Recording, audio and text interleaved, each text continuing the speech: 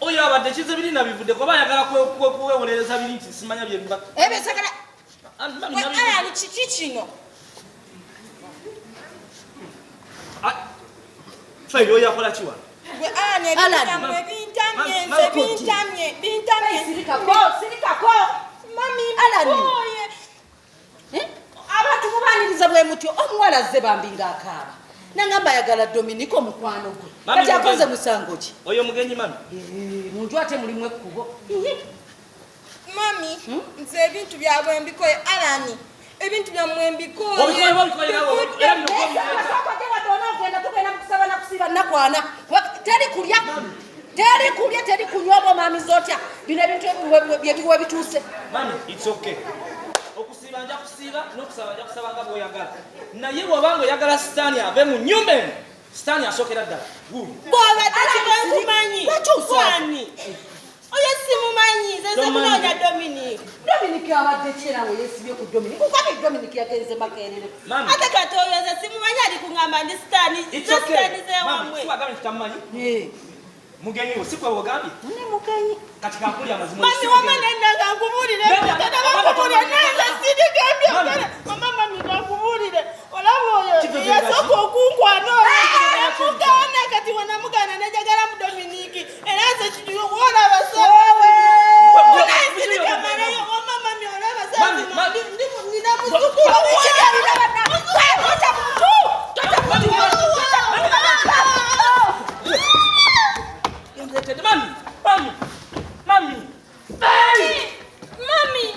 Mami! Wakotechi mami! Chino chiwale Mami! Please, mami! Get off the ambulance, sit down! Please help! Mami, together, put down. Kangete mami neighbor! Mami! Young Wafei! Please! Help! Mami, listen! Mami, please! Mami, I'm going to ask Mami!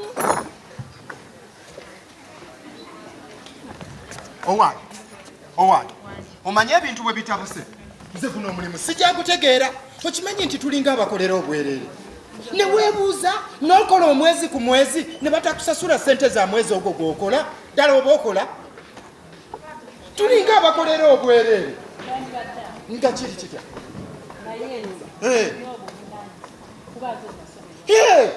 Fenna buli muntu alina obuvunaanyizibwa. Nze n'olaba bulabi ku famire yange. Nina omukyala, nina n'abaana. Nteekeddwa okubalabirira. Omusajja yenna ateekwa okuzaala abaana. Ekyo kyokka kye kikyanfuukidde ekizibu. Kati simanyi mulimu guno bwe tugenda kukola.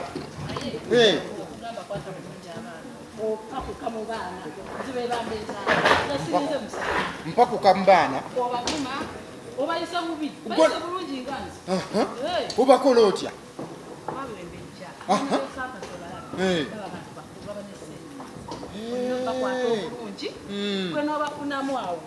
Kati ku zino ssente ze balina ne bakuwaako.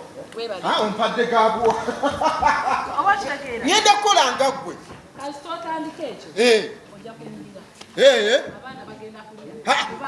Teweeraliikirira. Tuddeyo ku geeti. Buli muntu akola ekyo kye tuba tutandika tujja kuba tufunamu nnyo. Kubanga kati olaba bwe babanga balina ddala.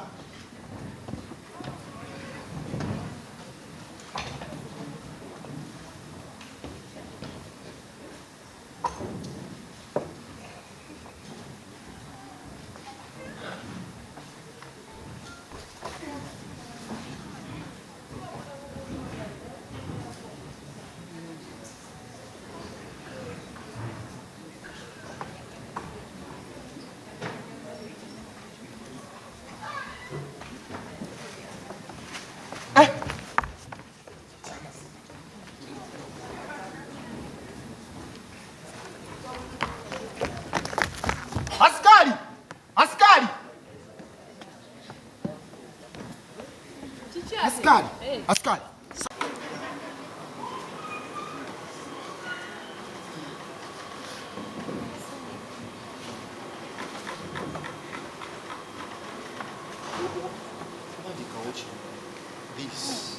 Banange nze wakabagala omuwa mufunze nzize. Sokera kunze. Kati nati omanyi leero kati gwenga ngenda kukwaya leero ka discount. Mwenyo nyambalidde ka orange akalungi nayo kwatayo. Ompa kugulako nnyo ompa kubanga nkwambalidde ka orange. Kati gwe customer wange owa bulijjo ate leero nnye nnyo. Kale katoyogera bingi. Kwatayo. Tunda kabalagala. Kati mumukola ki? Mumusoma nnyo. Bino biki baleseko swap. Kuki kyotala? Wenawe linda. Kiki naawe? Koswaka naye wa weekend kati soka ogule gwaga. Soka ogule kabalagala. Kati somanye nti tugenda mu exam ate nze ate gwogenda gula na 1,200. Kwata. Sina sente naawe. Wena sente. Sewaguze mu Rolex ejo wabadde ozitema. Nenda muliisa ki? Milisa amalusu. Amapit. Leo kankuwe naye kakabalagala. Okimanyi tulimuze wa 1,000. Nawe olaba eri discount katulidde nakuwe kati byonna nabibalira omu byonna mu balance kati eyo balance nawooma kati kwata wabitaano tukwatira paani wange naawe kabalagala gula wa 1,000 naawe obeera nnyo owalayisi kwata wamapi banange mwebale kumpagira kati ku fees mbulako emitwalo 10 era nkiggale okoze nno omwana guno kulira ddala mwetusoma ebitabo tukukyambi najja tusanga wano katulumbya paani nawe koswaka wa next week kati era kati nsudde paani mu kitabo kyokakusanga tunyumiza dokitaani yasuzeewo nenaweagenda kukolera gokabalagala tuula yangu badde nga paani yasuzeewo nawe paani wange namukoze leero ku makya watunyumiza dokitaani namanyi kyagenda okukola tulansi tusome ebitabo omanyi kyagenda okukola nga zze okimanyi ate ki olega ekitwe olega agatama tunawe nabo ofaanana nebakano kagudde ddala nayetukangako kiku ate ku lwekyo gulapani olega ago amayindo yokutamina tali mukuta leero mpola excuse me I'm talking I'm Dr. Amina sente kiziwa leero kabalagala ono nawe mubanja kabalagala tuula kabalagala tuula konna n'okatumira kawunya kabalagala nawe ngenda mpola tuyo oli ebirawuli yayambala obubi naye atalina bubi nayambala birawuli tunuulira n'endegeya yeebeera eyambadde masweta gwolina amagezi eyefuula somenyo tunuulira n'embuzi ewunya buli kadde kakati bagamba bulire ku myaka gyammwe nalinga neevuga nali neevuga amuwulire bw'ogira nonno ntino yali yeevuga naye kali kasipasi akatawalampa lusozi lwa lubaga nga mutuddemu abantu abana olikola mukukozi oba otuvumira ddala ebyaddala ombagamba nekutamina wabeera kati ku myaka gyammwe nabona amabeere gonna gagonza ku myaka gyammwe ngaebbeere liri bweriti naye mubeera okusiriwala busiriwazi nze dokitamina nina sente nina emotoka neevuga mulya sabula maama gwe kabalagala osiiba otunda kabalagala lukya awunya owunya kabalagala naye okasi mujjamu kuba oluyi dokitamina engoye zenyambala za bel nyambala ngoye za bel sanga mimigina gyemwe gyemwambala gwe kabalagala sirika yenamala kati nsaba mukulize mu basirumwe tuwulira era osigenda kusomesa mwina laptop mwina laptop tamina laptop teyakosa kati nsomesa timotikusa laptop ate yakosa laptop kinaawe balina bilaptop bikibina wamba tamina laptop sigenda kusomesa nze Dr. Amina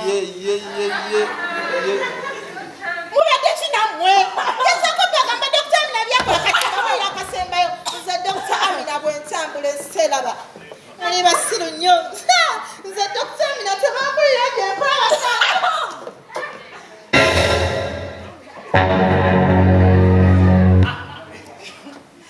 tosinika binnyo byokukira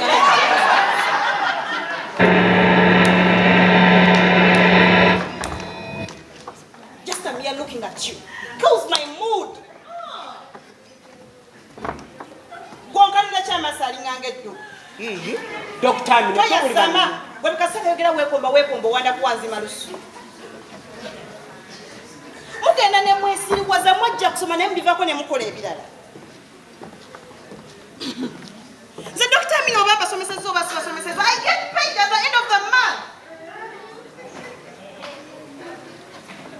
Good morning, Dr. Amina. It is a bad morning. Nze gye emyaka gyamwe nali nayitako dda ku bintu bye mukola. Actually, I was driving myself.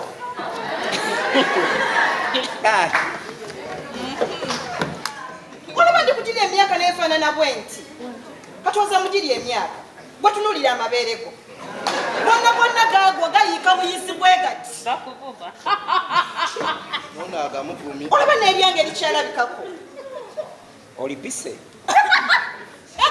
bwe naganya okuwanda amalusu buli bw'oyogera weekomba bwekombi bwoti obulula buvuluzi kati gwoza kakyabeera awunya buli kaseera kilasi wagifuula ekirala kabalagala gwowunya kilasi every time ebeera ewunya paani wajja kusoma wajja kutembeeyi oli mutembeeyi Nonya fees. Kati za fees obadde oyagala nzijjo. example gambo abamu bazadde abatalina makulu abatasobola kuddawo ne bakulabirira Dr. Minaza abazadde bange bava kati.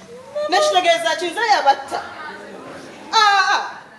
waneno is it an orphanage singa mwatugamba mbuno lino osi institute dwaliro lyabakateeyamba kale tukuŋŋaanyizaawo baana batabalina mwasirizi Dr. Natokubye nnyo. Dr. Mukama kulaba emisana n'ekiro. naawe wakulaba emisana n'ekiro singa kukwatako n'okyusa embeera zo zensomesa ku masomero 3 infact nina essomero lyammwe eryokuba nga lirimu abaana abatono simanyi anyway mwali mulina kujja eno kuba eri gyensomesa abalala abaana abafaayo abaana balekera research ne bamukola namwe newe mbalekera waka you don't do it. You've taught only once. Really? Once. Yes. And yet you get paid. Yes, I have told you whether I teach you or not, I'll get paid. I'll get paid at the end of the month. Wamba kusomesa kusomesa zaze bansasula. Tidokutera siri munaku. Neno olabwali yajja okusoma atembeeya butembeeya. Sirika gwe ow'amabeere. Wasigaddewo wali Kwayogera kyoyogera ki? Kino kiwulira obwongo bonna kibumalira mu ffa kukola kati. Tuuza wasi kyoyita. Tuula. naye amusinga leka amulabye Wamuvenga ki? Gwe mubi, gwe munaku, gwe munyanga. owunya.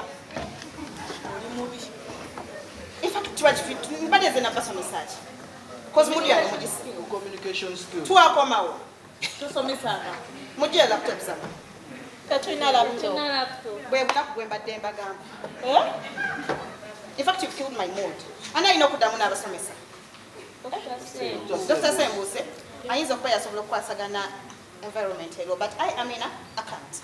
Doctor, agwa Doctor, Naye akakakozi mubuuze ntakkatuga. agenze. Mama wange we. Naye agenze tatusomeseza. ensonga y'abazadde. Dr. Mina agenze wala. Leka tuli kuki?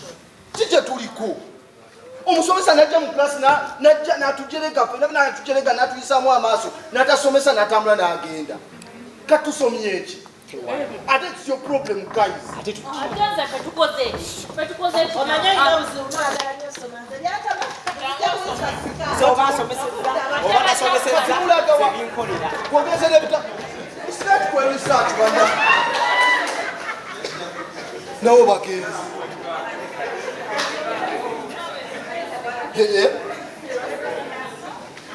Kale namwe mugenze munde. Tugende kale eri mukundi tetwatukoya bintu. olaba njagala kubuulira olaba university eyo bwebeera Gwino university amwenzi. okyegedde yo bwojja ndowooza olaba entuula Enemeza yo nene. okyegedde bulungi Tula ku desk. tuula wali wetuula wali omusomesa abeeranga awo blakabodi yeyo Eyo blackboard. sanyusa okukulaba sanyusigidde ddala nno okukulaba sanyusa ennyo Nange babadde oli. oli otya Zendi baba. Goli otya? naye toddangamu okubeera awo wenkusanze wali very dangerous first of all oli mwana muwala okyali mwana muto ontegedde bulungi nnyo bw'otuuka ku gate babuulire nti njagala Dominic ebintu byakyukamu asikyali oli ebintu byakyukamu kuba bwe natuuka wano nekizuula nti okusoma kwa university tekulinga ate kuli okwa secondary kusoma kuva ku makya paka kiro simanyi kiro biki kakati osobola okusoma ku makya olugendo ogenda n'okola ate waliwo lwosoma olweggulo nga kumakya wakedde kola ki kukola kakati nze nafuna n'omulimu nze ndi ku lediyo nekolera ku lediyo anti kati omanyi kyenkola ku lediyo mpeereza ku star radio naye ate mpeereza mupiira mmanyi bulungi nnyo mami talaba mupiira taguwulira gwe naawe oli wano sisubira tomanye ebyomupiira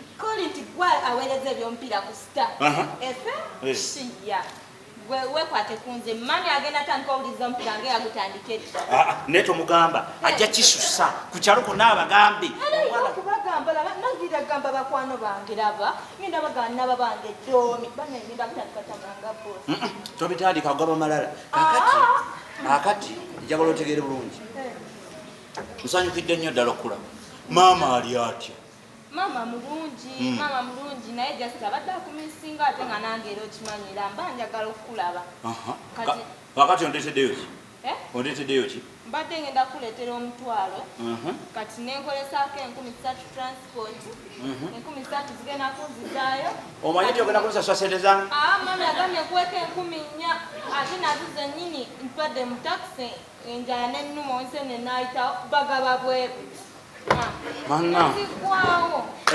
ekitegeeza tonkyalidde naye kyoba omanya nti kakati maama mugambe taddamu kweraliikirira taddiramu ddala okweraliikirira nze kati wendi ndi buki ndi bulungi kubanga ogwo omutwalo ate gusobola okubayamba mmwe kubanga for you at home you need all those things you know mulina okubanga mwerabirira kati nze okumpa sente okumpa sente oba omala buddebu kubanga kati nkola ate ensoma gavumenti yempeerera wensula nsasulako kitundu kitegeeza ki kitegeeza ndi bulungi okulya njagala chai n'akagaati tokikola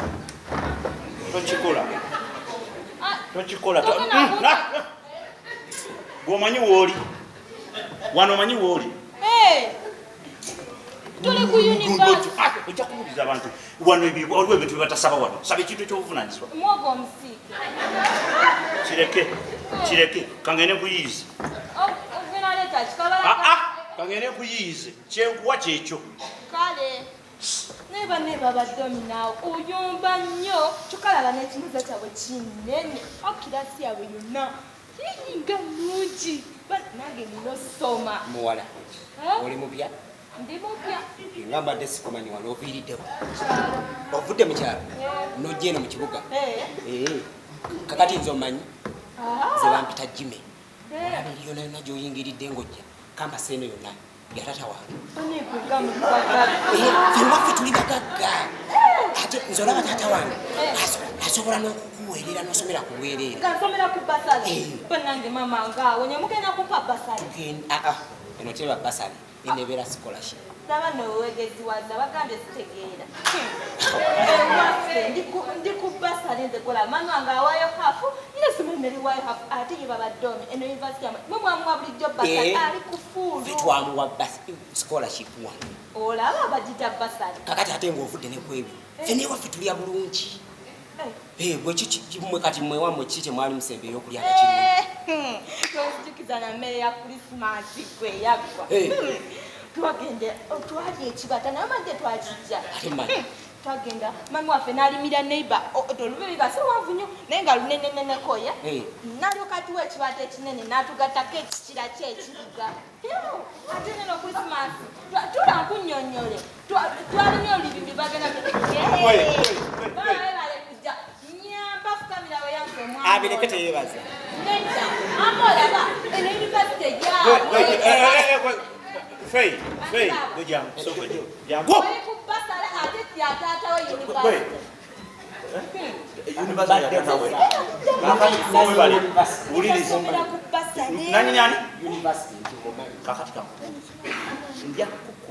amanyo gakujjemu ngateekemu oluwuzi ngatasmugulaku ontegedde bulungi nnyo oyambaleko ngaayambadde omukuufu ontegedde bulungi nnyo oyo mwana muto oyo mwana muganda wange ye muto wange yasembayo owa mama wange nja kukuba otegedde bulungi nnyo wajja kukola ki wano gwe nagambye kukola ki kutuula wano nkusanze okola ki wano ng'okola ki Ganjogera olaba wenanyini university. Gwe. Oyo kwolaba kati kankubulire. Oyo bamwita Jimmy talina magezi n'agatandikirwako takola ki? Tagalina. Ontegedde bulungi nnyo. Naye yennyini teyeesobola. Kakati ati asobole kwako basale. Kakati tonswaza. Kubanga wano woli ogenda kunswaza. Kati bakusanga batya gabaga oyo muganda wa Dominic bamusanze mu kirasi. Ate alina abayaye bawano.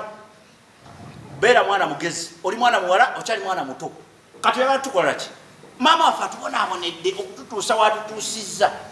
Nkulese wano eddakiika 5 nga wafunyedde omusajja mugenda na kuzaala akwadde ne pasajja.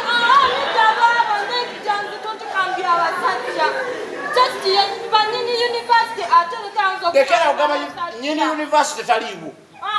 Oyo yennyini oba ye university y'obusiru ye yekka muveeko. Ate tesibadde nambye abasajja wabadde ne basalera bannono ojja sooka ombire balamu bange nina bameka. Anti bebijja okukubya. Wazze kukola kiwa? Kummanye. Nazze balaba naawe. Kaakati kankubuulire. Tomantaalira ku kibuga. Ekibuga si kyakusaaga. Bajja kutomera. Ontegedde bulungi nnyo. Otuleetere wano obwana nga gw'oli mwana ate ng'olina n'akaana. Tosuubwa. Tonyiiza. Kwata ebinankani byo. Kwata ebinankani byo. Lya yanguwa. Ngenda bidya. Va mu bintu by'okusaagasaaga naawe. Jatugende. Ontwalawo ate kati.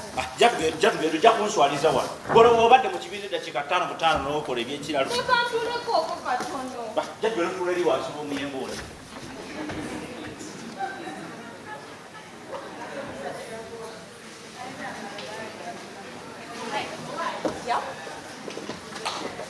Ng'obigula nnyo, kuno weekend tugimalirawa. Tobigula akaana. Nga bwe neewola.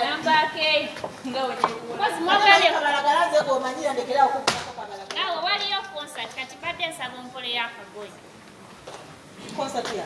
Gundi, the king herself agenda kujja. Tukole tutya? Nena mwe tugenda mu party. Mwandeka lyo mwagenda ku beach wali ku pool party mwandeka nze temwatadde na Tunda pani. Instead of reading books, mulimu bya party na waliyo party kati nze mbadde nsaba no bampe y'akagoye kati. Otubuuzizzaako oba tuyingira kati party bagasirizawa. Mugenda kukola bibuuzo party mugenda kulagayo party mbibuuzo. What's your tuition? Mwe, there is something I want to talk about.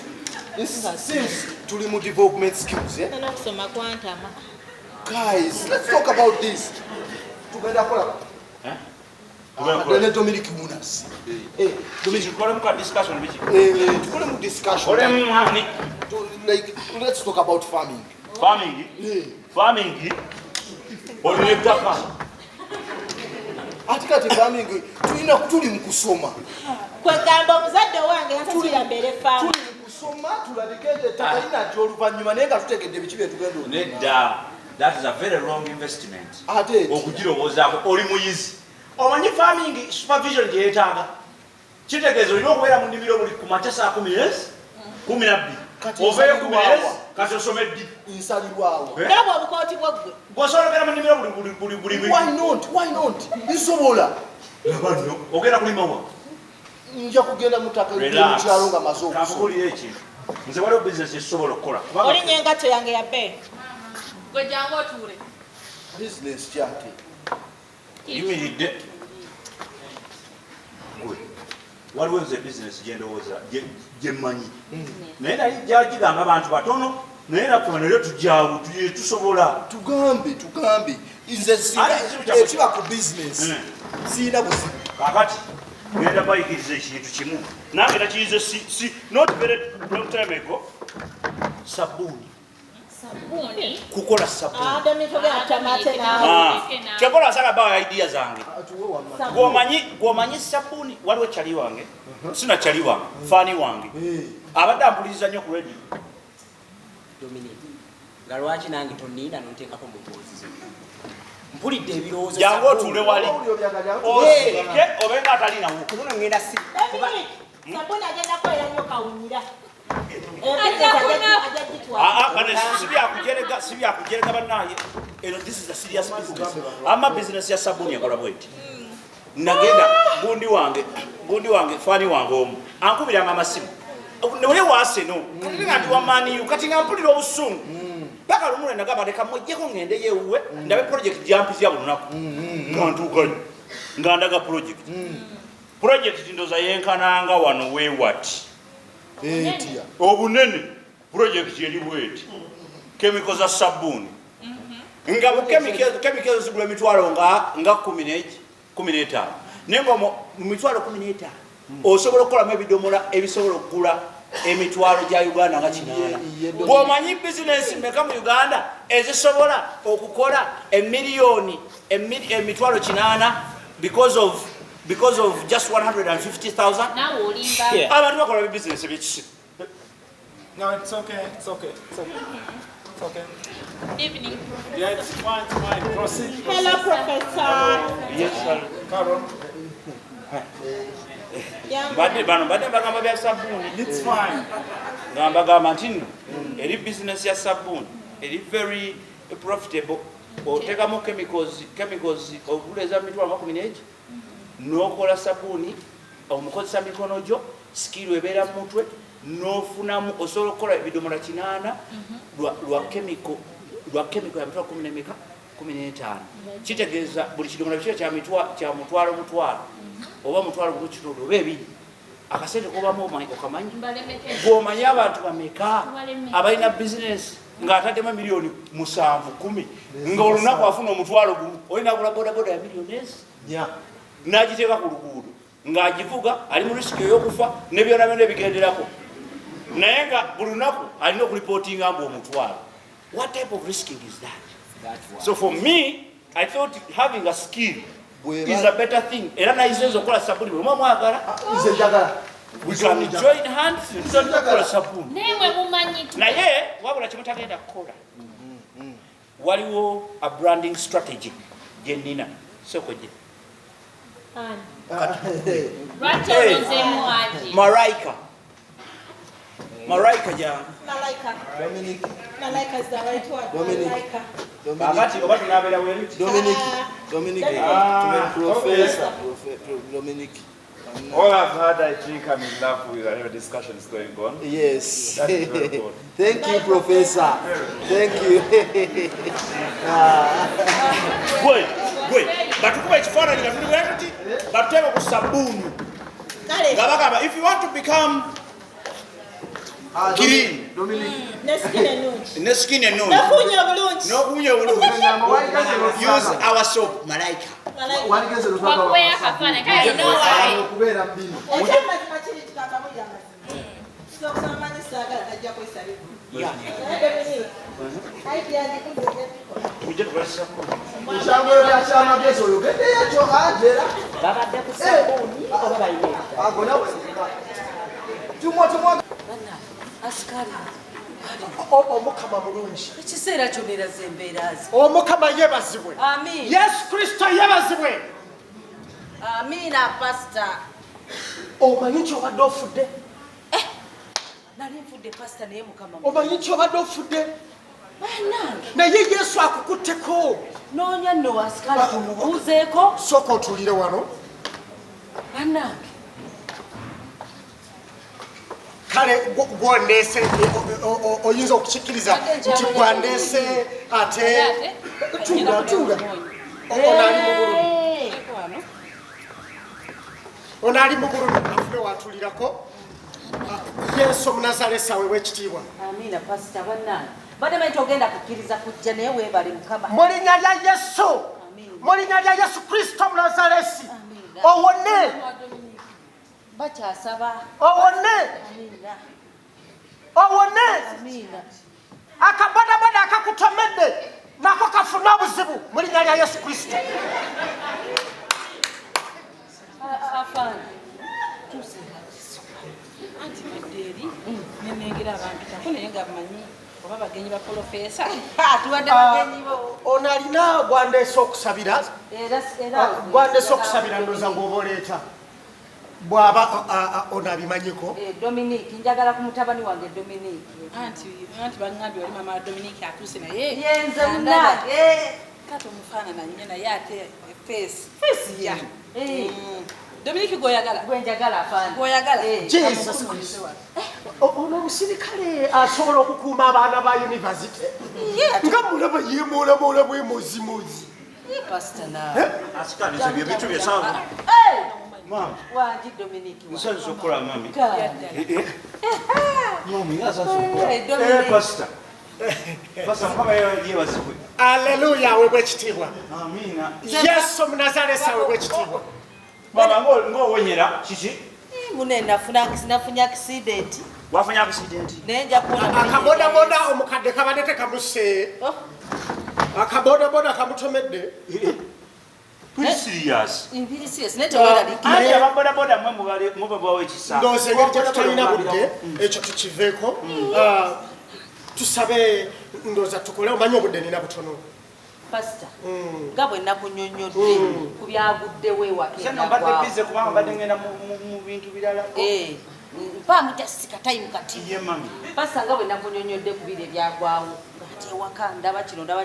Kwe kusitula ojosabire ku mwana wange kubanda bava mu kkubo ekyo sikina mu buzibu kale mugire mufukamire tusabe sigenda kusobola nze pasa ne Dominique ogabwe nakuza evivi Dominique evivi kutaka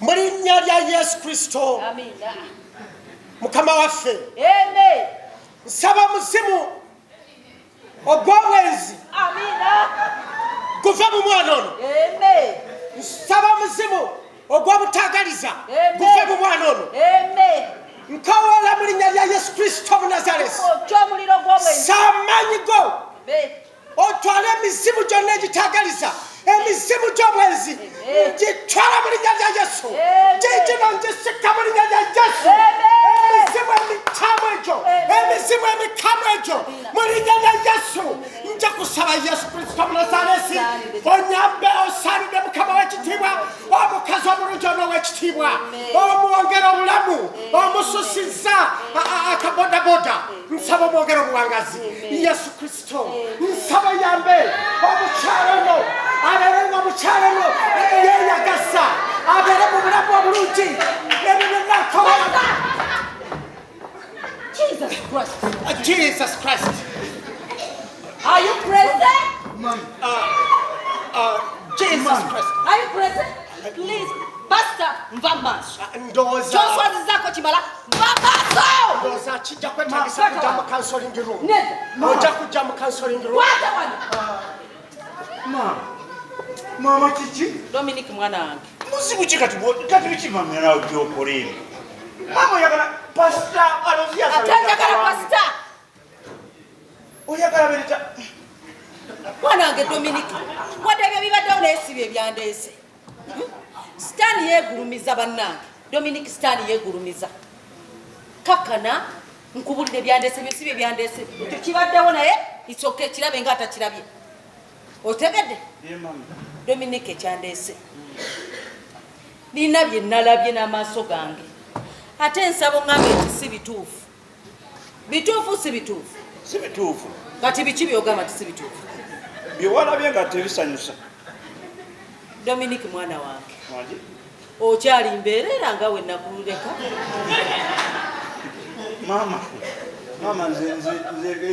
Mama nze sobola na kusobola ntandika nti.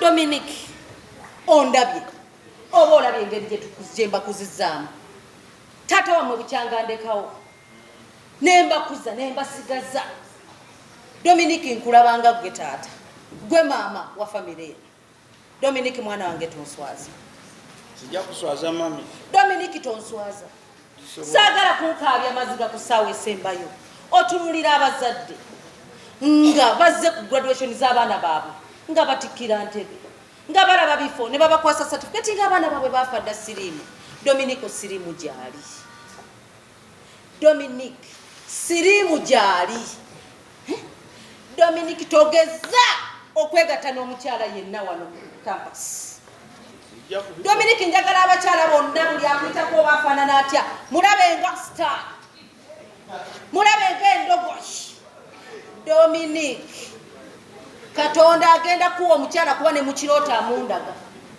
buli lwe neebaka nfuna okwolesebwa ng'ofunye omukyala omutuufu nsuubiza kyogenda kunsanyusa mami nkusuubiza sijja kukunyiriza okyali mwana mulungi nnyo nnyo okyasaba ye nze kumakyankeera nensaba n'ekiro nensaba osaba okusiiba osiiba musiiba era kakati mbadde njagala tugenda mu nnakwaga kusaba na kusiiba wadde naaba siri naawe naye njagala oyingire mu kusaba n'okusiiba kuba kuno kukampasa ebikemo bingi ŋŋenda siri bulungi ng'olabye mama era sandiyimiridde naye pasita oyo yandeese n'okuyimirira mperekerako ŋŋende naye kusaba naki nakusiiba kusaba naki nakusiiba ennaku amakumi ameka ennaku 40 Dominic Katonda agenda kuleetera ki omukyala mukama amukola ki amundaga buli lwe mbaawo naye kugula tekukumanya nja kuwona zinebagwakamu nina okukkiriza amiina bayi Domi bayi mami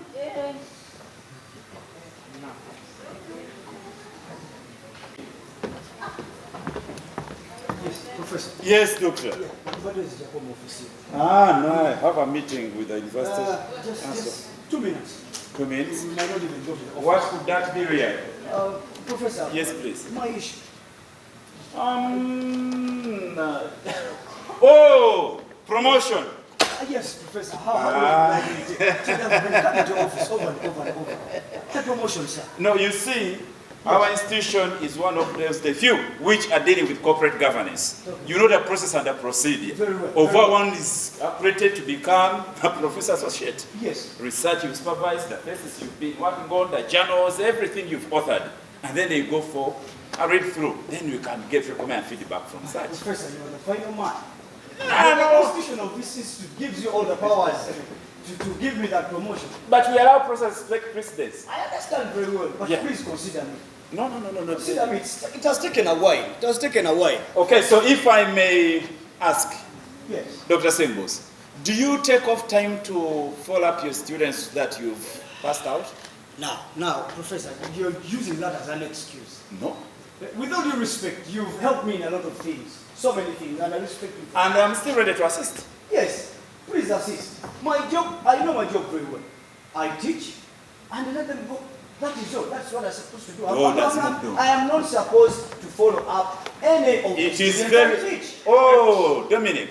Yes. How are you? Fine, thank you, sir. Are you good? Very well. Okay. Fantastic. Sir, I've been looking for you. My coursework is here. So. Yeah, it was for yesterday, but I came a bit late because I was. Were you at the station? Yes, I was. So what makes you so special from your students, from your fellow students? Nothing. So you have the audacity to come and stand before me like that. This coursework was handled in 2 weeks. No, maybe you would give. It was 2 weeks. Yeah, he's a hustling young man. So where does he get the courage? Where does he get? What's wrong with you?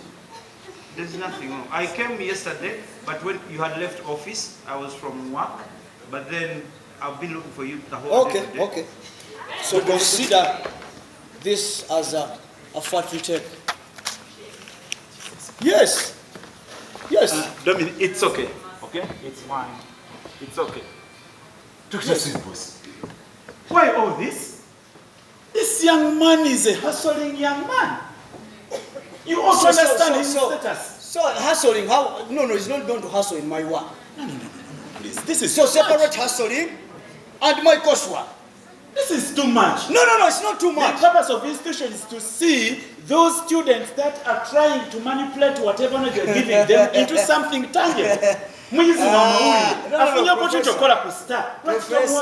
Professor, kankubulireko ekintu kimu. Sigenda kukkiriza abantu kumpisaamu maaso. No, I don't find that as that. No, abala bonna bambadde coursework wange.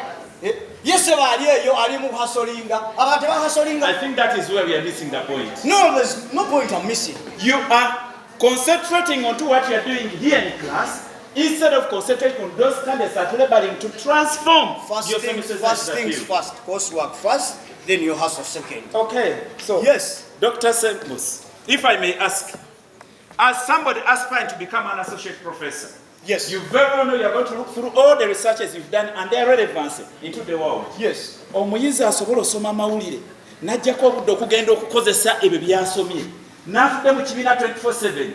You are more comfortable with this one 24/7 here? Professor, Is that what you're telling me? get me right, Professor. Dominic is a wise. It's your again. So Dominic is a wise. Dominic omugamba akola B. Okay, fine. Yes. Anyway, for your information, we have been following up this student, and we have information from the State Guild, and then I will discuss in the Chemical Registrar's office. We are looking at taming and retaining this young man to assist as an assistant lecturer working in your department. So we hope to have a good rapport with him and then create a working environment. Consider that as a strike. Strike from? Consider that as a strike. From who? From the whole institute. Yes, I am telling you. I am telling you. Abantu bagenda kwegugunga abasomesa n'abazadde n'abastaafu bonna lwaki decision gyokoze enkyama. But this is a process. Most of the people are recruited as juniors and then they are groomed and trained, which is our purpose. Okugwa kwa institution eno kugenda kuva ku lwakulonda mwana ono muretaininga ku ssomero lino. I think there is a problem. I have a meeting. There's no problem. So we shall talk. There's no problem. It's fine. Okugwa kwa institute eno kuli kuggwe. We shall talk about that.